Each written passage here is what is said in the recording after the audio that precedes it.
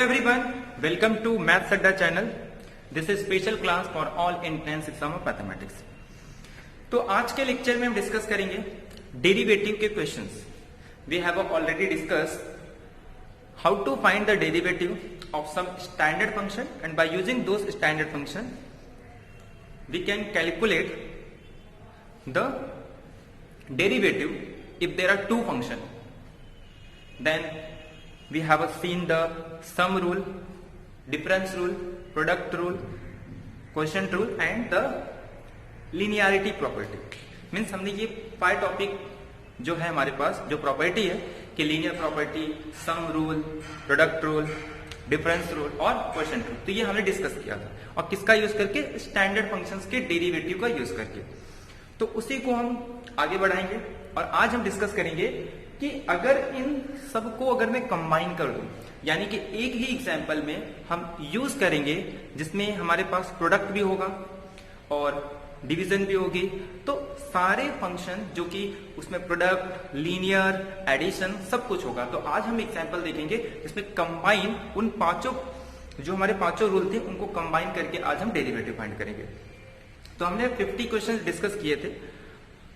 तो ये जो लेक्चर्स है उन सारे स्टूडेंट्स के लिए यूजफुल होगा जो मेन टारगेट हमारा IIT JEE है.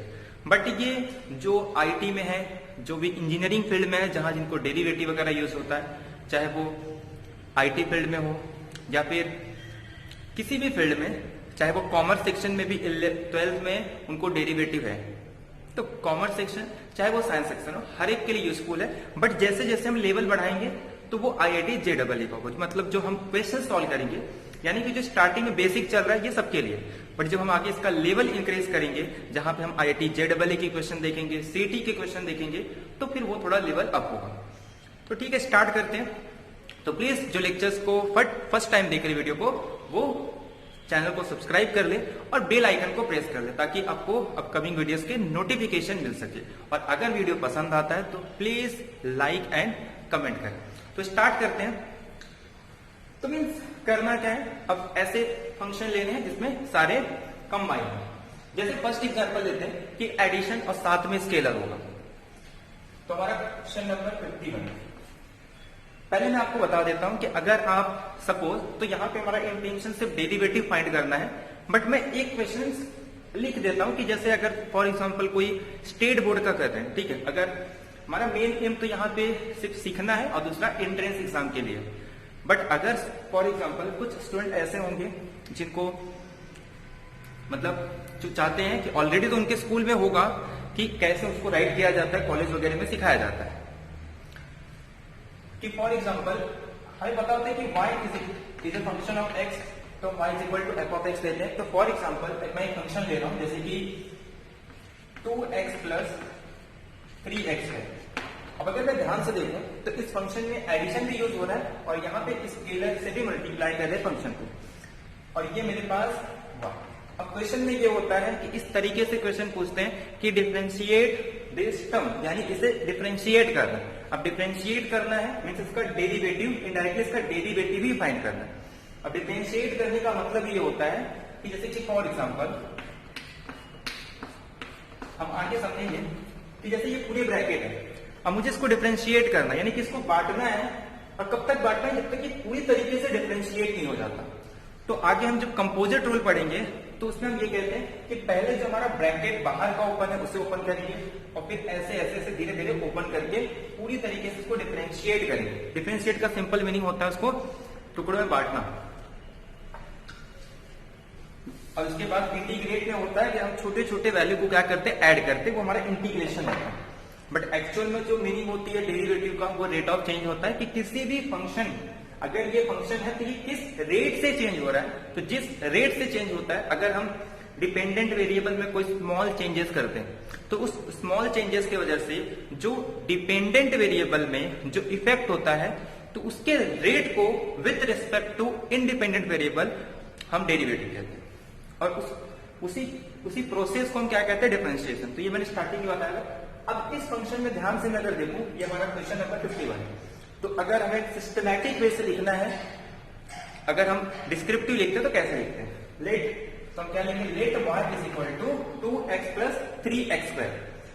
फिर हम यहाँ पे लिखते हैं इसे हमें डिफरेंशिएट करना है, ये पूरा लिखेंगे differentiate y with respect to x, क्योंकि इस फंक्शन को हमें डिफरेंशिएट करना है, किसके रिस्पेक्ट में करना है, इंडिपेंडेंट वेरिएबल x के रिस्पेक्ट में। तो देयरफॉर या तो यहाँ पे देयरफॉर नहीं तो यहाँ पे बिग 8 भी लिख देंगे तो भी चलेगा। तो देयरफॉर मत करना, dy by dx is equal to d by dx, यानी कि डेरिवेटिव निकालना है y का विद रिस्पेक्ट टू x, या फिर कह सकते हैं डिफरेंशिएट करना है y को विद रिस्पेक्ट टू x। अब y की वैल्यू के प्लेस पे क्या लिखेंगे, 2x plus 3x, 2x plus 3x। अब यहाँ पे y है, अगर सपोज f ऑफ x होता तो यहाँ पे हम y के प्लेस पे क्या लिखते हैं, f ऑफ x, और यहाँ पे f ऑफ x की वैल्यू पुट कर देते हैं। f ऑफ x यानी कि एक ऐसा फंक्शन जो कि उसकी इनपुट किसके टर्म्स में है, x के टर्म्स में। ये जो वेरिएबल यूज कर रहे हैं ये x के टर्म्स में। अब यहाँ पे हम इसे कैसे लिखते हैं, पहले तो हम यहाँ पे एडिशन रूल यूज करेंगे। तो एडिशन रूल क्या कहता है कि इसे सेपरेट करके डेरिवेटिव करें, यानी कि dy by dx 2x plus dy by dx 3x square. ये इस तरीके से प्रॉपर वे में लिखना होता है अगर हम स्टेट बोर्ड की या फिर अगर हम डिस्क्रिप्टिव में लिखें। अब क्या करना है नेक्स्ट स्टेप में, ये जो 2 है बाय लीनियर प्रॉपर्टी का यूज करके इस 2 को कॉमन ले लेंगे, तो ये हमारे पास हो जाएगा 2 into D by d x of x plus यहां से 3 कॉमन आ जाएगा और ये हो जाएगा हमारे पास d by d x of x square. अब हो गया, इसे डेरिवेटिव करेंगे, तो अगर इसे डिफरेंशिएट करेंगे x को विद रिस्पेक्ट टू x, तो x का डेरिवेटिव हमेशा क्या होता है 1, या फिर ये कह सकते हैं ये एक लीनियर है, तो लीनियर का डेरिवेटिव क्या होता है, द कोएफिशिएंट ऑफ x। तो x का कोएफिशिएंट यहाँ पे क्या है 1, तो ये हो जाएगा 2 इंटू 1 मतलब 2 प्लस 3 इंटू, अब x स्क्वायर का डेरिवेटिव हो जाता है हमारे पास 2x। तो देयरफॉर हम ये कह सकते हैं देयरफॉर dy बाय dx। अब क्वेश्चन में ये भी लिखा रहता है कि find the dy by dx। Question इस टाइप से पूछते हैं कि फाइंड dy बाय dx, या फिर ये लिखा होता है कि y को डिफरेंशिएट करो विथ रिस्पेक्ट टू x। तो यहां पे क्या हो रहा है, ये 2 इंटू 1 2 हो जाएगा प्लस 3 2 6। तो देयरफॉर ये हमारे पास dy बाय dx, या फिर डिफरेंशिएट किया हमने इस फंक्शन को। ऐसे अगर ये कॉमर्स में है तो आपको डिमांड सप्लाई वगैरह होगा, तो वो वहां पे बस फाइंड इसी तरीके से करना है। बस यहाँ पे जो भी नेम वगैरह होंगे कॉमर्स में कुछ अलग नाम दिया जाता है, बट सेम ही चीज है। तो ये एक प्रॉपर वे है जिस तरीके से हम पेपर में लिखते हैं।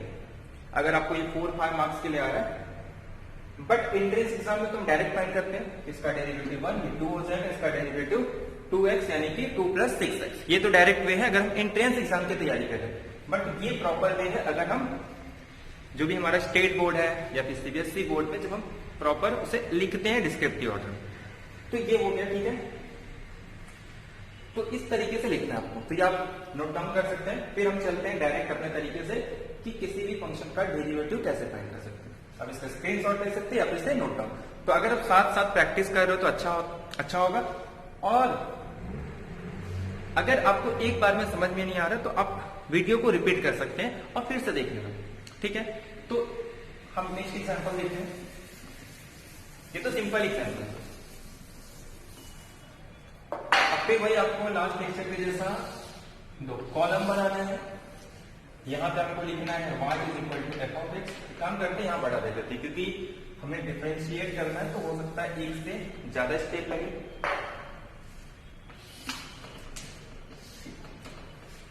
तो 52। अब जैसे कि फॉर एग्जांपल एक फंक्शन है 3e⁻x प्लस 4x। अब इसका डेरिवेटिव फाइंड करना है, तो सिंपल e⁻x का डेरिवेटिव तो चेंज नहीं होता है, और जो भी e⁻x का डेरिवेटिव निकालेंगे और मल्टीप्लाई कर देंगे 3 से, तो यानी कि इसका जो डेरिवेटिव होगा हो जाएगा 3 into e⁻x plus x square का डेरिवेटिव क्या होगा 2x, और 2 को मल्टीप्लाई करेंगे 4 से, तो 2 4 जा 8 और यहाँ पे x। तो ये सिंपल हो गया। और एक एग्जांपल लेते हैं 53 कि y इज इक्वल टू, अब जैसे मान लो आपको दे दिया 1/6 into log x minus 1/x²। अब इसका डेरिवेटिव फाइंड करना है तो सिंपल इसका डेरिवेटिव क्या होता है, यहां हम डेरिवेटिव फाइंड करते हैं y डैश f डैश या फिर dy/dx या फिर d/dx of f of x। अब ध्यान से सुनो, log x की डेरिवेटिव क्या होती है, log x का डेरिवेटिव होता है 1/x। तो ये हो जाएगा 1/x और जो भी स्केलर है उसे मल्टीप्लाई कर देंगे, तो स्केलर क्या है हमारे पास 1/6 माइनस, अब ध्यान से सुनना, 1/x² है तो 1/x² को हम क्या लिख सकते हैं, इस वैल्यू को ऊपर लेके आएंगे। अब x² को ऊपर लेके आएंगे तो मतलब वो क्या हो जाएगा x⁻²। अब ये 2 है, अगर इसे हम एक्सपोनेंट का रूल यूज करके ऊपर लेके जाएंगे तो हो जाएगा x⁻²। अब x⁻² में -1 ऐड करूंगा तो वो x⁻³ होगा और जब इसे डिनोमिनेटर में लेके आएंगे तो वो x³ हो जाएगा, यानी कि डिनोमिनेटर में हो जाएगा x³। बट प्रॉब्लम ये है कि जब मैं इसे ऊपर लेके जा रहा हूं x⁻² तो -2 मल्टीप्लाई में आता है और यहां पे ऑलरेडी एक माइनस है तो ये माइनस माइनस प्लस हो जाएगा और ये। तो अगर फॉर एग्जाम्पल मैं एक जनरल फॉर्मूला आपको बता देता हूं कि अगर सपोज 1/x⁻n का डेरिवेटिव फाइंड करना है वेयर x की वैल्यू ग्रेटर देन 1 या फिर कोई भी वैल्यू, तो इसको हम लोग कैसे फाइंड करते हैं। अब ध्यान से सुनिए, इसका जो आंसर होगा हमेशा -n इंटू यहाँ पे ग्रेटर देन 0 भी बोल सकते हैं, where n is a natural number. ठीक है, फिलहाल हम भी नेचुरल नंबर की ले लेते हैं तो x⁻n हो जाएगा, या फिर अगर इंटीजर्स रहेगा तो भी चलेगा, बट यहाँ पे भी रैशनल वगैरह नहीं लेते। सपोज ये इंटीजर्स है तो इंटीजर से जाएगा और x क्या नहीं होना चाहिए, 0 नहीं होना चाहिए। अब x 0 क्यों नहीं होना चाहिए, मैंने जो इसके पहले लेक्चर था वहां पे कुछ डेफिनेशन नहीं लिखा था, इसे 1/x का डेरिवेटिव करना है। तो हमेशा याद रखना है जब भी हम डिनोमिनेटर में कोई टर्म लिख रहे हैं ना तो आपको एक कंडीशन हमेशा लिखना है कि जो डिनोमिनेटर की जो टर्म है वो हमेशा नॉन जीरो होना चाहिए। तो यहाँ पे x की वैल्यू क्या होनी चाहिए, नॉन जीरो, और n सपोज कोई भी इंटीजर है तो उसका डेरिवेटिव क्या हो जाएगा, ये -n अपॉन x⁻n प्लस। तो अब यहां यूज कर सकते हैं। अब ध्यान से सुनिए, अब मैं कह रहा हूं यहां पहले से ही माइनस था तो ये जो माइनस माइनस क्या हो जाएगा प्लस, और यहाँ पे ये 2 + 1 यानी कि 3 हो जाएगा, तो यही आंसर आ रहा है। तो ये सिंपल हम फॉर्मूला भी यूज कर सकते हैं where x is non zero. ये आपके पास जनरल फॉर्मूला हो गया 1/x⁻n का। अब एक एग्जांपल लेते हैं, जैसे मान लो आपके पास दिया है 3 sin x प्लस 4 √x। अब इसका डेरिवेटिव फाइंड करना है। अब ध्यान से सुनो, sin x का डेरिवेटिव फाइंड कर लेंगे और बाद में स्केलर से मल्टीप्लाई कर देंगे। तो sin x का डेरिवेटिव क्या होता है, sin x का डेरिवेटिव cos x, और √x का डेरिवेटिव क्या है, √x का डेरिवेटिव 1/2 √x। तो क्या होगा, ये sin x की डेरिवेटिव ले लेंगे और sin x का डेरिवेटिव होता है cos x, और इसे मल्टीप्लाई करना है किससे, 3 से। अब यहाँ पे √x का जो डेरिवेटिव होगा ना, √x का डेरिवेटिव होता है 1/2 √x। तो प्लस, अब मैं कह रहा हूं 1/2 √x है, एंड 2 4 से कैंसिल होकर इससे क्या बचेगा, यहाँ पे 2 into 1/, ये ऊपर अपॉन में 2 और ये √x, क्योंकि ऑलरेडी 2 है ना फॉर्मूला, ये √x का the derivative of √x is 1/2 √x, और 2 ये 4 से कैंसिल होकर इससे क्या आएगा, अपॉन में 1, न्यूमरेटर में 2 बचेगा। तो this is the derivative of this. तो ये हमारे पास 52, 53, 54, 55। तो फॉर एग्जांपल मैं आपको दे रहा हूं जिसमें बाकी फंक्शंस भी यूज होंगे। यहाँ पे हमने cos x का यूज नहीं किया क्योंकि जितने बार आप यूज करोगे ना उतना आपको याद हो जाएगा। मैंने स्टार्टिंग में बताया था आपको इसे याद नहीं करना, याद मतलब ऐसे बुक लेके sin x का cos x का माइनस sin x ऐसे नहीं याद करना। आपको प्रैक्टिस के साथ साथ वो आपकी आदत में होना चाहिए। आपको याद नहीं करना, रट्टा वाला सिस्टम नहीं, आपको प्रैक्टिस करके उसके माइंड में अपने बैठाना है कि मतलब जैसे sin x डेरिवेटिव दिखे तो आपके माइंड में तुरंत आ जाना चाहिए कि sin x मतलब cos x, और वो आपके प्रैक्टिस से याद होना चाहिए। समझ में आ रहा है? तो मैं आपको 5 एग्जाम्पल दे रहा हूं जिसमें सारे फंक्शंस यूज होंगे और वो आपको प्रैक्टिस करना है, ठीक है। तो ये इसमें हम लोगों ने क्या किया है, सिर्फ एडिशन और स्केलर को ही कंबाइन किया है, सब्ट्रैक्शन, एडिशन और स्केलर। अब हम क्या करेंगे, इसमें प्रोडक्ट, स्केलर और एडिशन तीनों को कंबाइन करेंगे।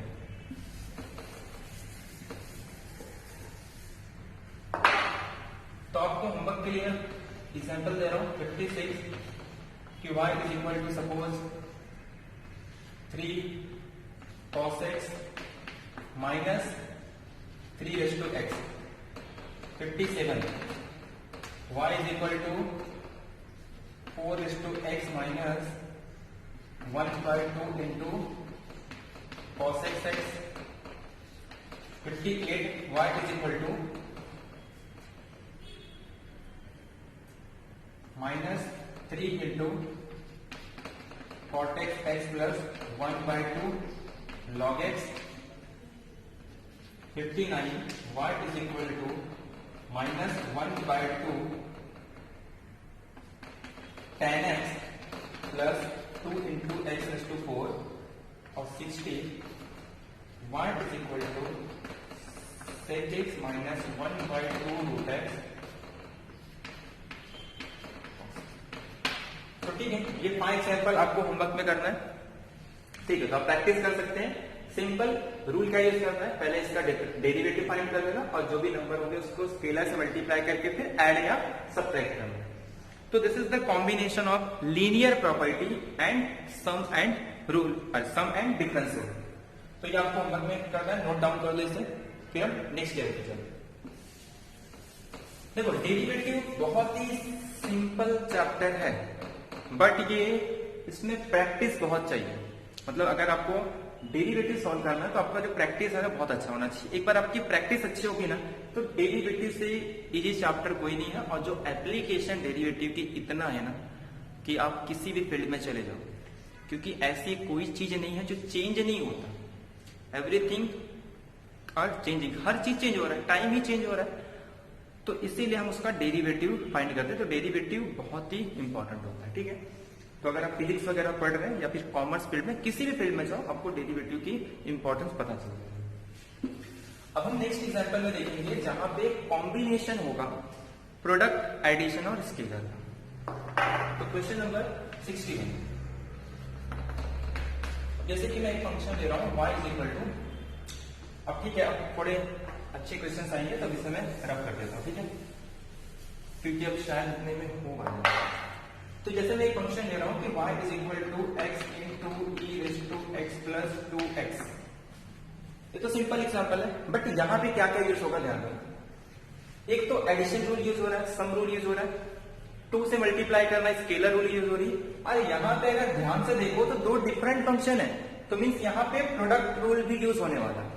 तो देयरफॉर अगर मैं इसका dy बाय dx फाइंड करूं तब तो डायरेक्ट करना है, क्योंकि मैं इतनी क्वेश्चंस करा चुका हूं। मेरा एम यहाँ पे आपको सिस्टमैटिक लिखाना नहीं है, मैंने एक क्वेश्चन बता दिया, वो आप प्रैक्टिस करके अपने तरीके से सिस्टमैटिक वे में लिख देते। बट यहाँ पे आपको स्पीड इंक्रीज करना है और जितने लेवल के क्वेश्चन सॉल्व करोगे उतना अच्छा है, ठीक है।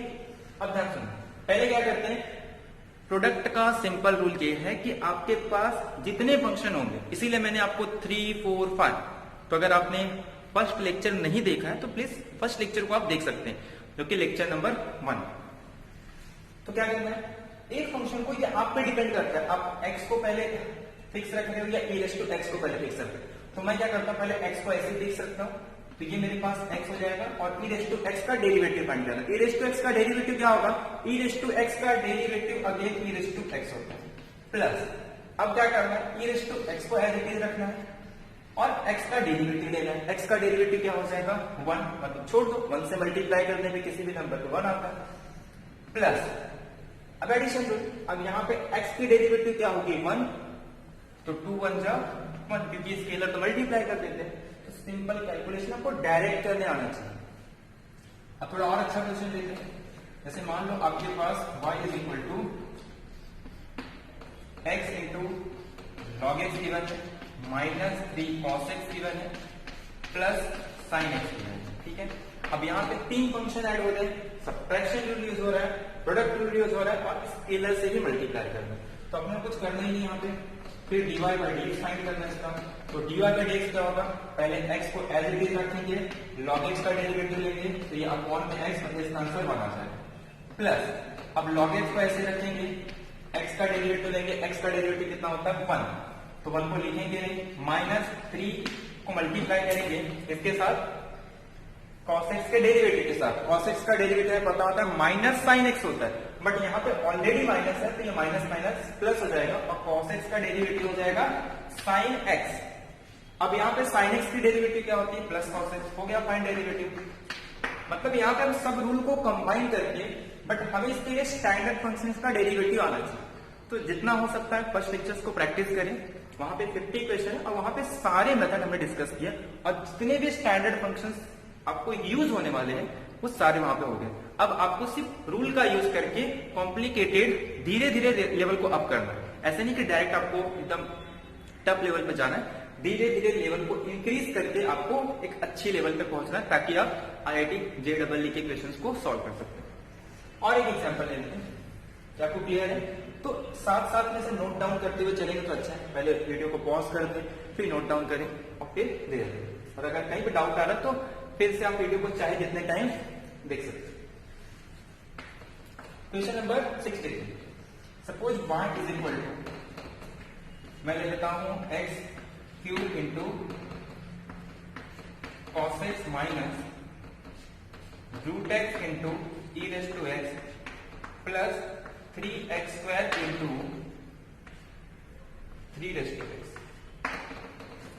अब देखो इसमें बहुत ही कॉम्प्लिकेटेड लग रहा है, बट अपने को रूल पता है, कुछ नहीं करना है।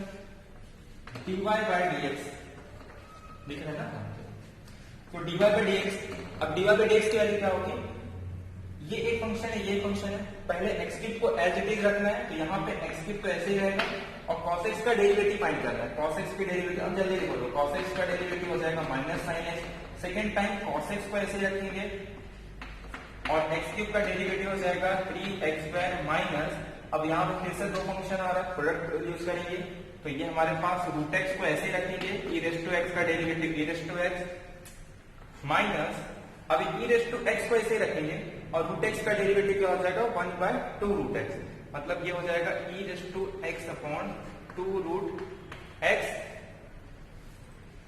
प्लस, अब यहाँ पे 3 कॉमन है, 3 को पहले इसका डेरिवेटिव, स्केलर का मल्टीपल क्या होता है, जो भी फंक्शन है पहले उसे डेरिवेटिव फाइंड करो और फिर 3 से मल्टीप्लाई करो। तो यहाँ पे 3 को बाहर ही रखेंगे, पहले यहाँ पे से इसका डेरिवेटिव फाइंड करना। अब ध्यान सुनो, x स्क्वायर को ऐसे रखेंगे तो x स्क्वायर ऐसे ही रहेगा और 3 रेज टू x का डेरिवेटिव क्या होगा, 3 raise to x into log of 3, ये सभी स्टैंडर्ड फंक्शन, उसका डेरिवेटिव फाइंड करना है।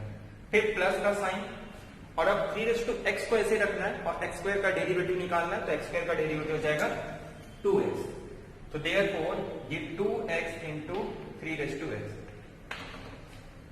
तो ये इसका डेरिवेटिव हो गया। ठीक है, थोड़ा एडजस्ट कर लेना, बोल तो रहा हूं मैं, तो इसको लिख सकते हैं। तो ये हमारे पास हो गया, इतनी बड़ी डेरिवेटिव को भी हम 1 लाइन में फाइंड कर सकते हैं अगर हमारा कॉन्सेप्ट क्लियर है। तो आप जितना प्रैक्टिस करोगे उतना अच्छा हो, जितने ज्यादा क्वेश्चन हो सकते हैं उतना प्रैक्टिस करो। तो ये 500 क्वेश्चंस का सीरीज है, मैं आपको बहुत क्वेश्चंस होमवर्क के लिए भी दूंगा, जैसे कि आप ज्यादा से ज्यादा प्रैक्टिस कर सकते हैं। देखो डेरिवेटिव में ना एकदम सिंपल क्वेश्चन, सिर्फ आपको प्रैक्टिस चाहिए, आपको सारे रूल पता होना चाहिए। तो आप जितना ज्यादा क्वेश्चन प्रैक्टिस कर सकते हो, आप टेक्स्ट बुक रेफर कर सकते हो या फिर कोई भी, अगर आप बहुत सारे बुक आपको PDF फॉर्म में मिल जाएंगे तो वहां से आप ले सकते हैं। और अगर आपको कुछ डाउट रहता है तो आप कमेंट बॉक्स में, और हाँ अगर आपको ऐसा कोई डेरिवेटिव ऐसे लगते हैं कि जिसमें आपको डिफिकल्टी आ रही है, वो किसी भी बुक के हो, तो आप कमेंट बॉक्स में आप बता सकते हैं। मैं आपको नेक्स्ट लेक्चर में, आपको कहीं पे डाउट आ रहा है या फिर कोई नए क्वेश्चन है तो नेक्स्ट लेक्चर में उसको डिस्कस करूंगा। ठीक है,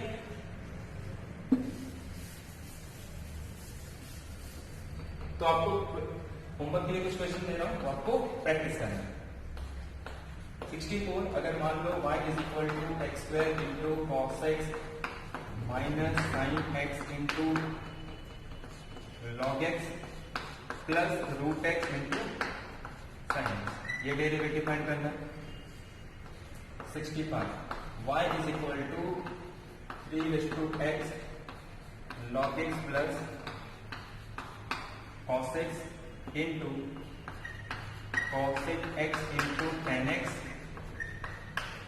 तीन फंक्शन है यहाँ पे, तीन फंक्शन के लिए फिर से वही, एक को डेरिवेटिव, दो को कांस्टेंट, सेकंड का डेरिवेटिव इसे कांस्टेंट, थर्ड का डेरिवेटिव, बाकी दो को कांस्टेंट। कांस्टेंट का मतलब उसको एज इट इज रखना है और बाकी सबको अदर उसको डेरिवेटिव फाइंड करना है।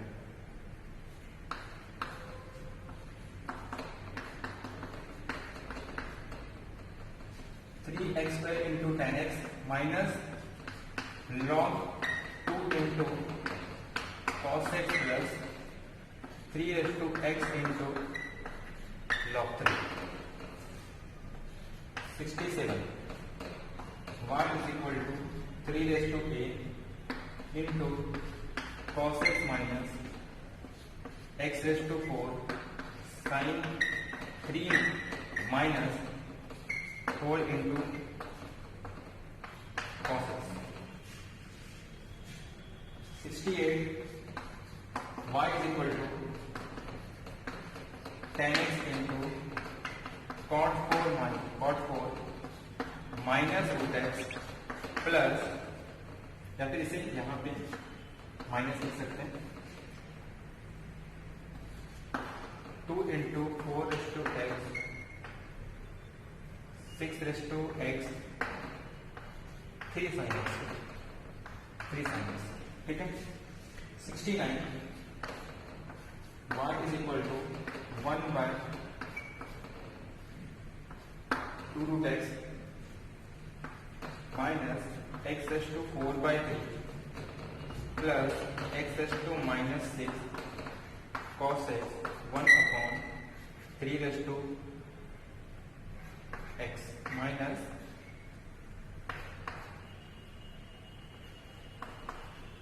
3 बाई। और last example y is equal to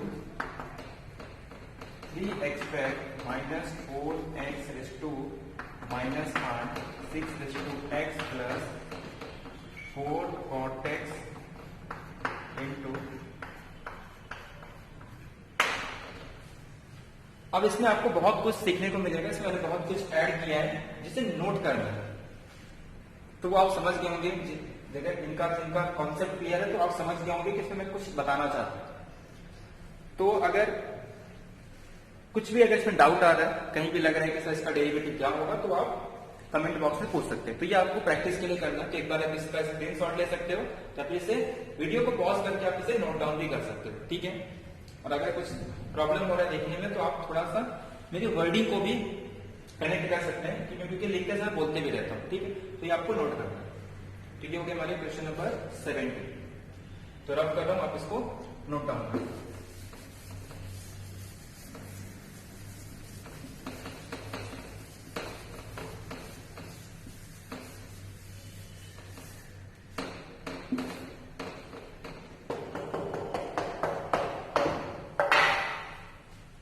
अब नेक्स्ट क्वेश्चन पे चलते हैं।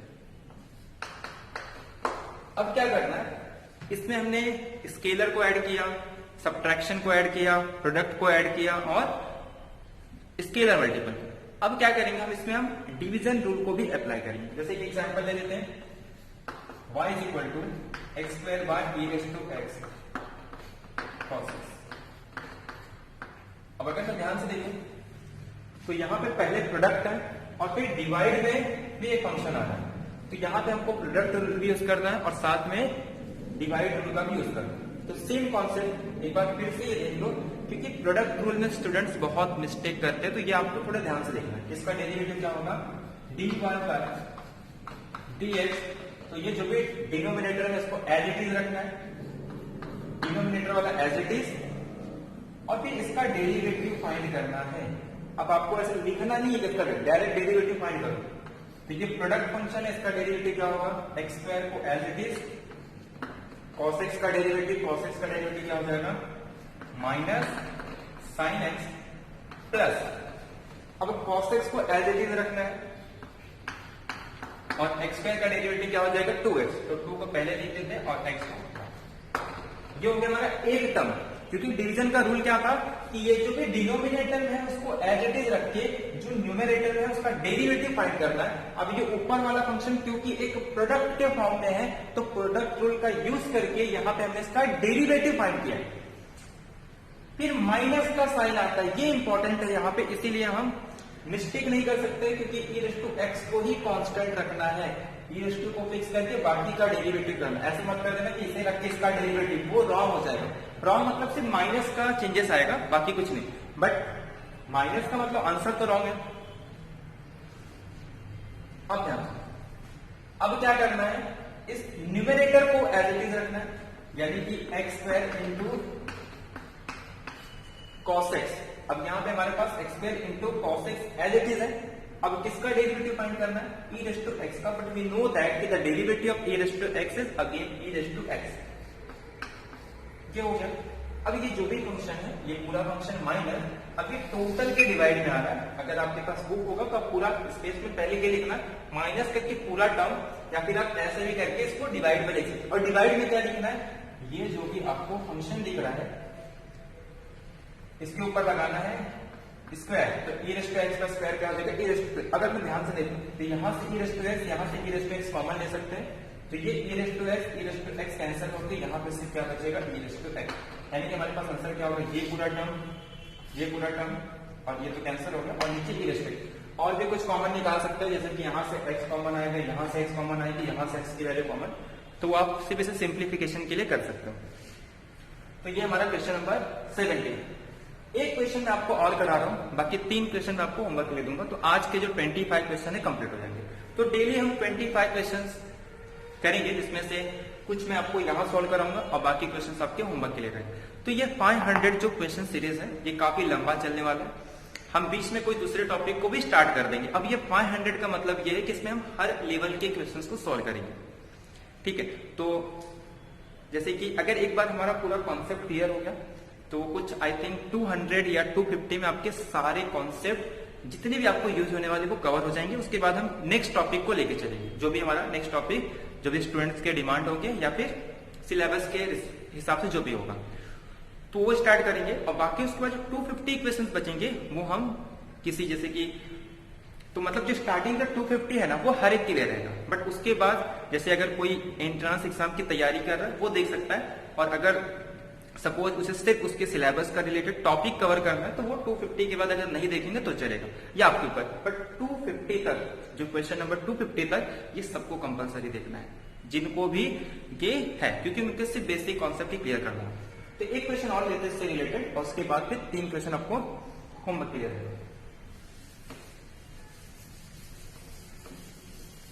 उसमें सब कंबाइन कर देते हैं, ठीक है।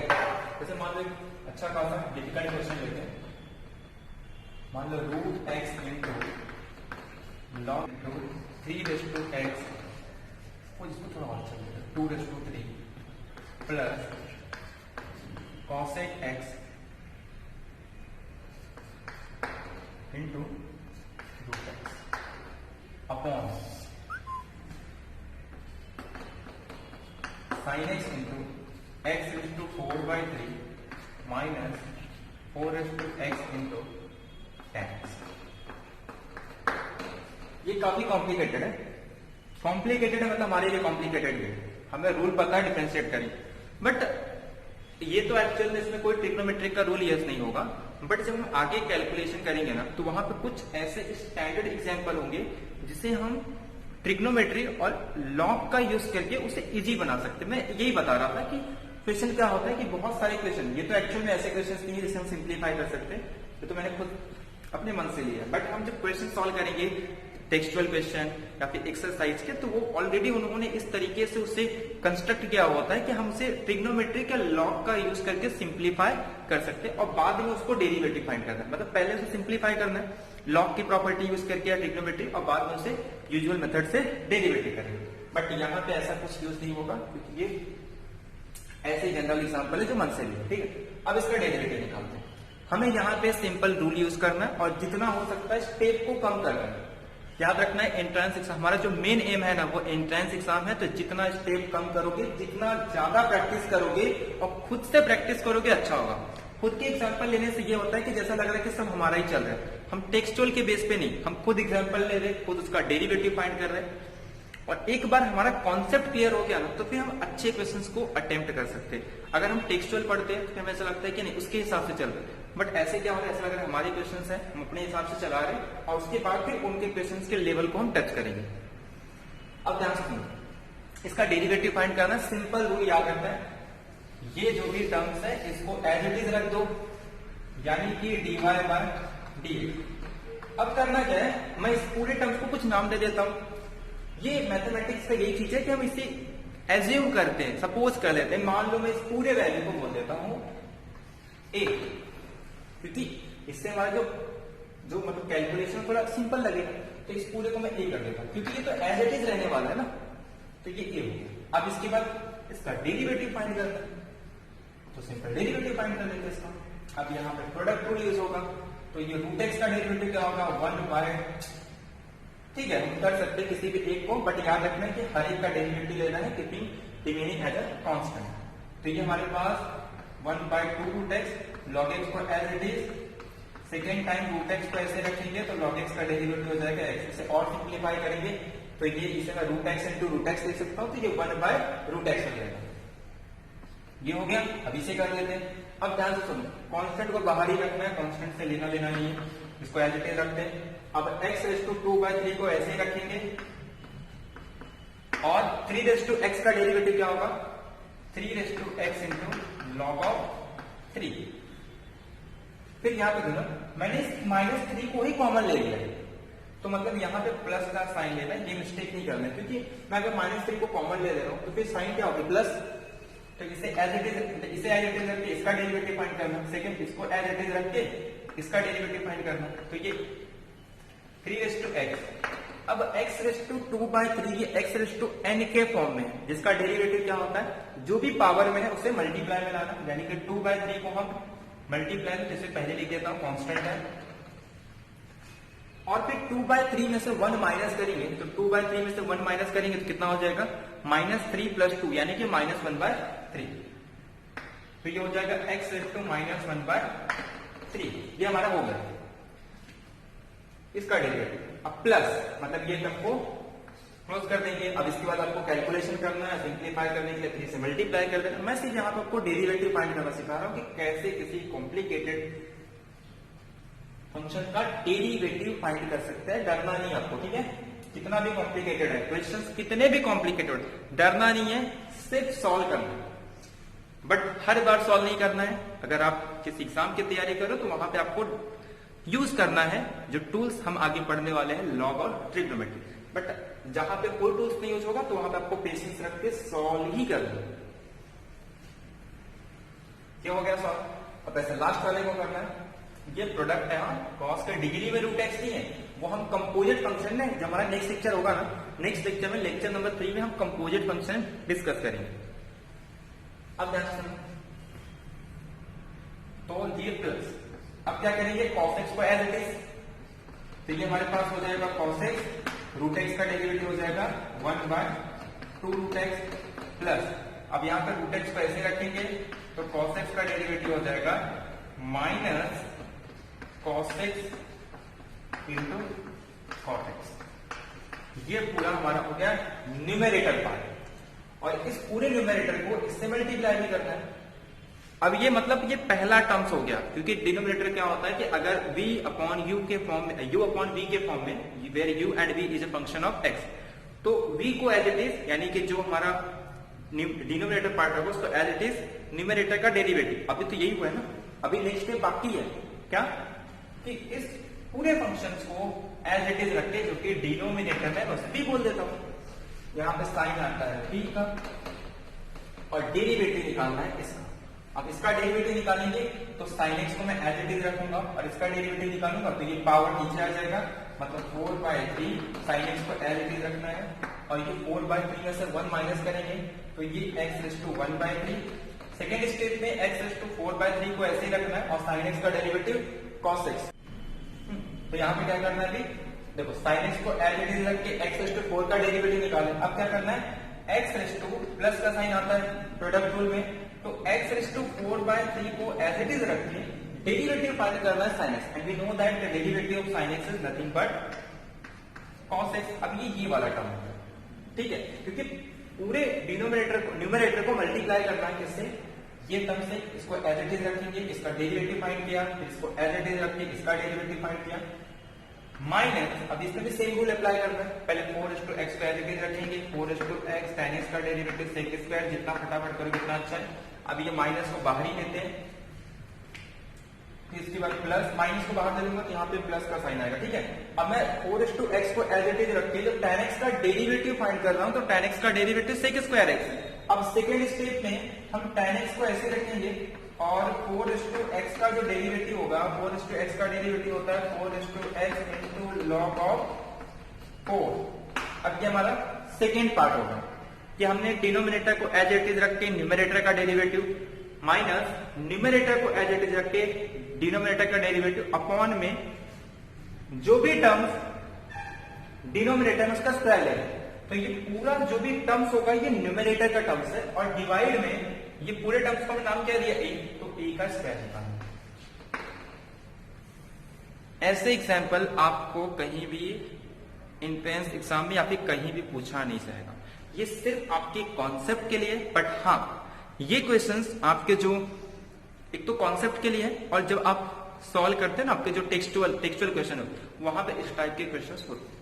तो आपका कॉन्सेप्ट क्लियर होना चाहिए। जितना आप प्रैक्टिस करोगे ना हार्ड प्रॉब्लम, तो उतना आपको ये लेवल हो जाएगा कि अब मुझे किसी भी लेवल का क्वेश्चन पता हो, अगर मुझे कोई ट्रिक भी नहीं पता है तो मेरे पास इतनी एबिलिटी है कि मैं इस क्वेश्चन से डील कर सकता हूं, ठीक है। तो ये हो गया क्वेश्चन नंबर, कौन सा था, क्वेश्चन नंबर 60 और 72। अब मैं 3 क्वेश्चन आपको होमवर्क के लिए दे रहा हूं, तो आपको प्रैक्टिस करना है, जितना प्रैक्टिस करोगे उतना अच्छा होगा। तो उम्मीद करता हूं आपको जितने भी अब तक के लेक्चर है आपको क्लियर हुआ होगा, और अगर आपको कुछ भी डाउट होता है तो आप इसे फिर से रिपीट कर सकते हैं या फिर कमेंट बॉक्स में कमेंट कर सकते हैं। तो मैं आपको कुछ क्वेश्चंस प्रैक्टिस के लिए दे देता हूं, उसके बाद फिर लेक्चर को एंड करते हैं। तो 25 क्वेश्चन, कभी कभी ऐसा होगा अगर क्वेश्चन अच्छे होंगे तो कम क्वेश्चन भी होंगे, बट जितने क्वेश्चन बचेंगे मैं आपको होमवर्क के लिए दे दूंगा प्रैक्टिस करने को। अब क्वेश्चन नंबर 73, अब क्वेश्चन नंबर 73 जैसे एक फंक्शन ले लेते हैं y is equal to sin x into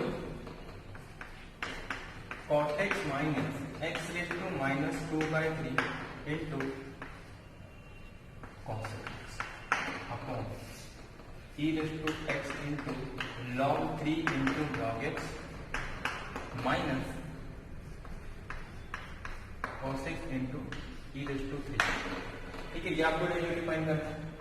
74 y is equal to x raised to 2/3 into 3 raised to 4 cos a minus x3 into 4x raised to minus 1/2 into sin x upon log a into 3a square into 4 cos x। And last question, 10x into 2x square into minus sin 3x minus 9 raised to x 4 raised to a 3 raised to 6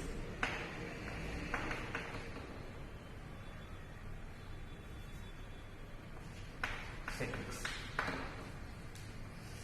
upon e raised to x plus cos x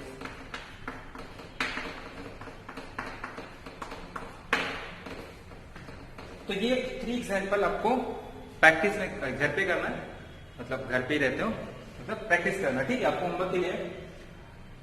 तो ये था हमारा आज का lecture, जहां पे हमने discuss किए 25 क्वेश्चन, कुछ क्वेश्चंस आपको प्रैक्टिस के लिए दिया हूं।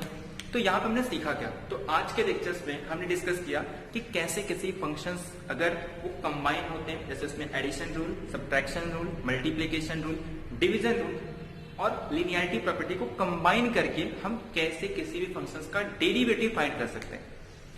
और पिछले लेक्चर में हमने क्या डिस्कस किया था, हमने सारे स्टैंडर्ड फंक्शंस के डेरिवेटिव और वो सारी 5 प्रॉपर्टी को हमने डिस्कस किया था। अब जो हमारा नेक्स्ट टॉपिक होगा वहां पे हम डिस्कस करेंगे कंपोजिट रूल का डेरिवेटिव कैसे फाइंड करते हैं। तो कंपोजिट रूल से पहले हम समझेंगे कि कंपोजिट फंक्शन क्या होता है। कि अगर हमारे पास दो फंक्शन है, सिंपल मीनिंग है कि अगर मुझे यहां से यहां जाना है और फिर यहां से यहां जाना है, और कोई चाहता है कि मुझे डायरेक्ट यहां से यहां जाना है, जैसे 3 स्टेज है ए बी सी, और मुझे ए से सी जाना है, तो हम क्या करेंगे, कुछ रूल ऐसा यूज करेंगे कि ए से बी और बी से सी। तो वहां पे कुछ ऐसे रूल यूज करके हम डायरेक्ट ए से सी जाएंगे, तो उसे हम कहते हैं कंपोजिट फंक्शन। वहां पे दो फंक्शंस का यूज करना है, ए टू बी एक एफ और बी टू सी एक जी। तो उस कंपोजिट फंक्शंस का यूज करके हम फाइंड करेंगे the derivative of composite function, या फिर उसे हम चेन रूल भी कहते हैं। By using chain rule we find the derivative of composite function. मतलब होगा क्या, फंक्शन के अंदर फिर से कुछ नए फंक्शन होंगे, जैसे मैंने एक ब्रैकेट का एग्जांपल दिया था कि हमें उसे डिफरेंशिएट करना है, बांटना है उसमें, ठीक है। तो फिर उम्मीद करता हूं आपको ये लेक्चर पसंद आई होगी, और अगर लेक्चर पसंद आया तो प्लीज जितना हो सकता है अपने दोस्तों के साथ चैनल को शेयर करें, और प्लीज अगर कुछ भी डाउट है तो प्लीज कमेंट करें, और अगर वीडियो अच्छा लगे तो प्लीज लाइक करें, ठीक है। तो आज का लेक्चर यही एंड करते हैं। Thank you.